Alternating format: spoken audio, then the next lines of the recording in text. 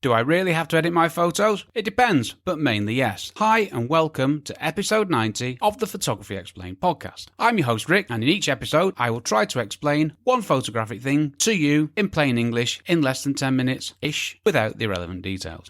What I tell you is based on my lifetime of photographic experience. I'm not Google. No offense, Google. Before I go on, if you have a question you would like me to answer, just go to photographyexplainedpodcast.com/start. Here is the answery bit. You do not have to edit photos if you are happy with the photos your camera or phone has captured. To get the best photos though, yes, you do have to edit them. Editing photos is refining and improving what the camera has captured how you want, which is fine. Every digital photo created has been edited in some way or other. Okay, firstly, what is photo editing? Well, editing is any adjustment done to a digital photo. It is also called processing. This can be any adjustment to the file created. Now, the term processing is back from the film days when films used to be processed in chemicals. So editing is the more modern way of saying processing, I guess. It doesn't really matter. Let's move on. There are two types of picture formats which have an impact on the answer to this question, JPEG and RAW. Most photos are taken in JPEG or RAW formats. I say most, the vast majority of photos taken by consumers, camera phones being a notable exception, but I will come on to that, but there is a point to this.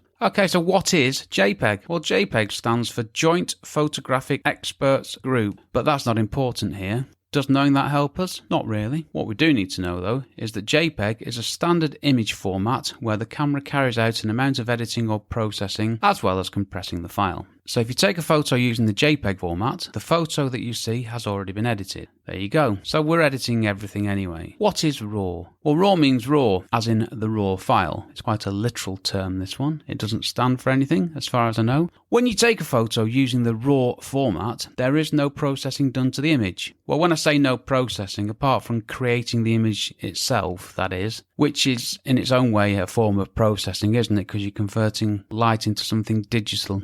I would say that one's one for another episode, but I don't think there's any way that I could ever understand how that happens, and it's not going to help me or you. So, okay, let's move on. So, do I need to edit JPEG files? No, you do not have to edit JPEG photos if you're happy with what the camera has given you. But most photographers will edit JPEG files to improve them. Do I need to edit RAW files? Yes. A RAW file is dull, flat, and uninteresting for a reason. This is why JPEGs look better than RAW photos, which I know can be confusing. Okay, I touched on it earlier. What about phone photos? Well, I use an iPhone, and it takes photos using HEIC format. I will explain this in another episode. The phone does editing to all the photos, and you can edit the photos to make them better. So if you think about it, the photos you take with the phone are really no different in terms of do you need to edit them or not. If you want to, yes. If you don't want to, no. Do I have to edit every photo? No, you do not have to edit every photo. I used to do this, and this is what you need to do instead.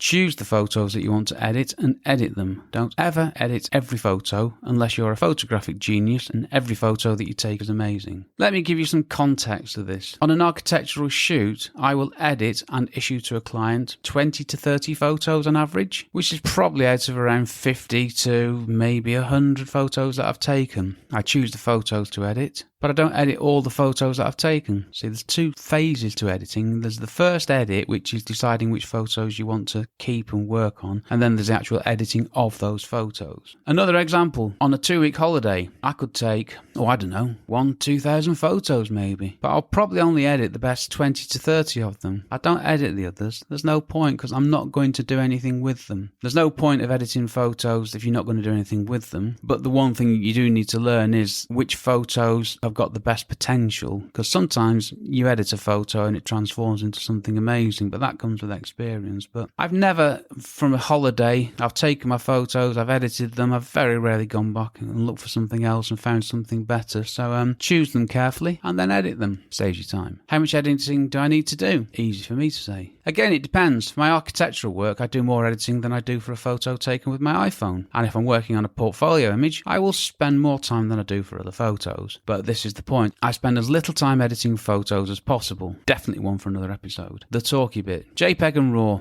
I know it's one of those confusing things, isn't it? You do not have to edit JPEG photos, but you do have to edit RAW photos. But JPEG photos look better than RAW photos, but you get better photos with RAW files. How confusing is that? There is a logic to it though, isn't there? The JPEG photo has been processed by the camera in camera. The RAW photo, you have to do all the processing. You can get the same results or similar results if you take a photo with a JPEG or a RAW file and do similar processing. But with the RAW file, you get more data. But I'm not talking about that now. I'm talking about editing. So let's move on. See, another misconception is that editing photos is in some way wrong. This is not the case unless you are dishonest about it. Editing photos doesn't really mean making things fake. I mean, that's one form of editing, such as making someone look thinner than they are, that kind of thing. But for most normal people, editing photos is taking what the camera has captured and making it better. And to be honest with you, that is all I have ever done. And there's nothing wrong with that, is there? Think about it. You don't write a book without editing it. You don't design a building without editing the design over and over. You don't make a TV program without editing masses of it. You don't make a film without editing masses and masses of it. You don't make a music video without editing. So you get the point, don't you? Photography and photos are no different. So editing photos is a perfectly normal and natural process that we do to create the best photos that we can. Anyone who says editing photos is wrong. And if anyone tells you that editing photos is wrong, then tell them that. Send them to me if you want, and I'll tell them as well. What do? Well, I shoot in RAW, process in RAW, do everything in RAW. It's only when I export photos out of Lightroom to give a client or to email to someone that I will create new JPEG files. Why do I do this? Well, I'm creating JPEG files using the settings I choose in Lightroom after doing the processing that I want to do. I'm only converting to JPEG to make the files smaller, and so other people can open them. You need specialist software such as Lightroom to open RAW files, which not everybody has. And yes, I've gone off topic a little bit there, but there is a relevance to this. I've taken photos, RAW and JPEG, and I've issued JPEG files,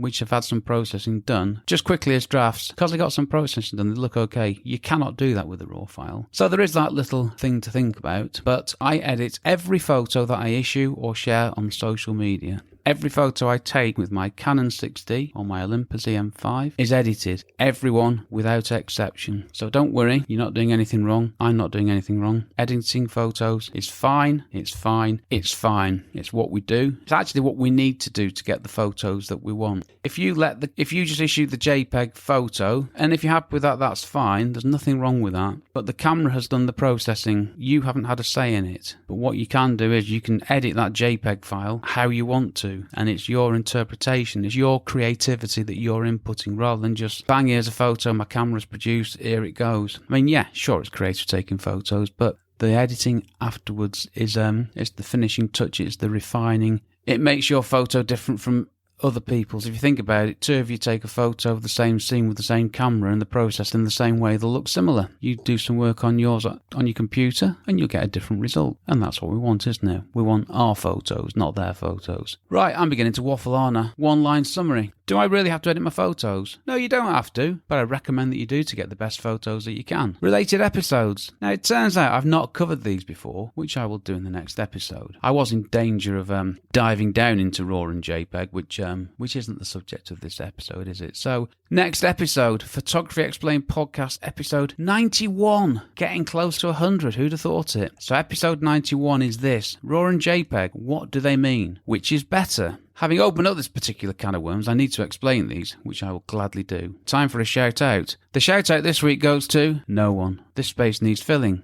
So get in touch and get your shout out on my ever-growing podcast. It'll be there forever and a day, don't forget that. Okay, I'm done. Thanks for listening to my small, perfectly formed podcast. To find out more about my podcast and do stuff to help me, check out photographyexplainedpodcast.com/start. This episode was brought to you by lots of coffee on a Friday morning. I've been Rick McAvoy. Thanks again very much for listening to me and for giving me 13.5-ish minutes of your valuable time. And I will see you on the next episode. Cheers from me, Rick.